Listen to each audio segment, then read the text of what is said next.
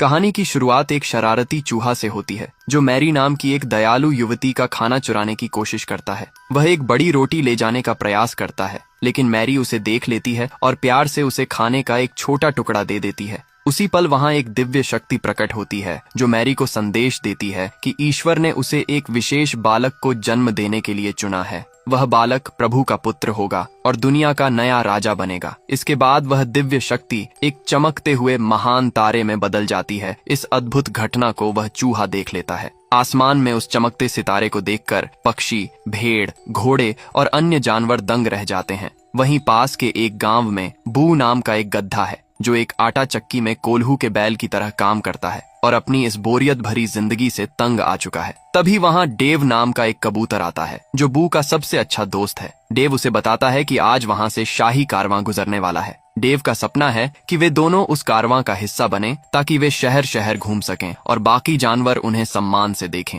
हालांकि चक्की का दूसरा बूढ़ा गधा उसे समझाता है कि एक गधे की किस्मत में सिर्फ मेहनत लिखी है। जब शाही कारवां वहां से गुजरता है तो उसे देखकर बू जोश में आ जाता है और वहां से भागने के लिए अपनी रस्सी काटने की कोशिश करता है। इस आपाधापी में वहां काफी गड़बड़ हो जाती है और चक्की में आग लग जाती है। सौभाग्य से इसी अफरा तफरी में बू की रस्सी कट जाती है और वह आजाद हो जाता है। वह दूसरे बूढ़े गधे को भी साथ ले जाना चाहता था, तभी उनका मालिक वहां पहुंच जाता है। वह बू को भागने से रोकने के लिए उसे पहले से भी ज्यादा मजबूत रस्सी और भारी लकड़ी से बांध देता है। इस पर बू हताश होकर अपनी भाषा में मालिक पर अपना गुस्सा जाहिर करता है। महीनों बीत जाने के बाद भी बू का सपना राजाओं के कारवां में शामिल होने का ही रहता है, लेकिन वह अब भी अपनी चक्की में कैद है। वहीं दूसरी ओर मैरी का विवाह जोसेफ नाम के बढ़ई से हो जाता है। बू को लगने लगता है कि वह यहाँ से कभी नहीं निकल पाएगा। तभी उसकी तड़प देखकर बूढ़ा गधा एक योजना बनाता है और जानबूझकर गिरने का नाटक करता है, जिससे बू के गले का फंदा ढीला हो जाता है। जब मालिक बूढ़े गधे को उठाने में व्यस्त होता है तब वह बूढ़ा गधा बू को वहां से भागने के लिए प्रेरित करता है और उसकी मदद करता है। पहली बार आजाद दुनिया में कदम रखने के कारण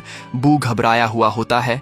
तभी मालिक उसे देख लेता है और उसका पीछा करने लगता है, जहां डेव भी बू का साथ देने पहुंच जाता है। भागते समय बू अपने मालिक को कई बार चकमा देता है, लेकिन एक मोड़ पर वह एक गाड़ी से टकरा जाता है, जिससे उसके पैर में चोट आ जाती है और वह लंगड़ाने लगता है। वहीं दूसरी तरफ मैरी और जोसेफ अपने नए घर की सफाई कर रहे होते हैं, जहां काफी गंदगी होती है। मैरी जोसेफ को अपनी गर्भावस्था और उस दिव्य बालक के बारे में बताने की कोशिश कर रही होती है, लेकिन वह थोड़ी डरी और घबराई हुई होती है। मैरी अपने घर में एक मेज को हिलते हुए देखती है और जब वह कपड़ा हटाती है तो उसे वहां घायल और डरा हुआ बू छिपा